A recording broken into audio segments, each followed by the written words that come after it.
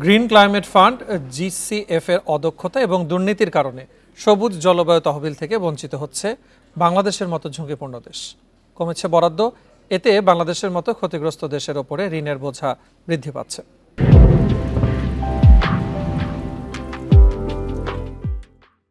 অন্যদিকে এসব দেশকে অনুদানের চেয়ে ঋণ নিতে হচ্ছে বেশি।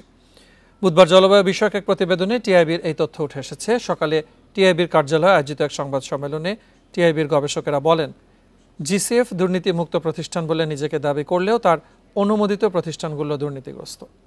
এতে জলবায়ু তহবিলের টাকা পেতে বাংলাদেশের সমস্যা হচ্ছে। জলবায়ুর ক্ষতি মোকাবেলায় 2025 সালের মধ্যে বাংলাদেশের প্রয়োজন $12,000 মিলিয়ন, অথচ পাওয়া গেছে মাত্র $1,189 মিলিয়ন, যা প্রয়োজনের তুলনায় 10% কম।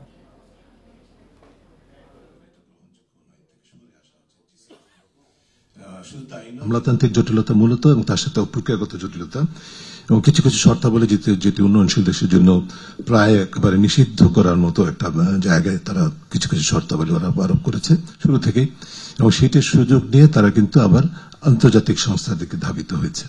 তো যে কারণে এটি এক ধরনের, যার ফলে এটা যে সুফল যাদের পাওয়ার কথা, যে ক্ষতিগ্রস্ত দেশগুলো, তাদের হাতে পর্যাপ্ত পরিমাণে প্রত্যাশিত পরিমাণে আসতে পারছে না।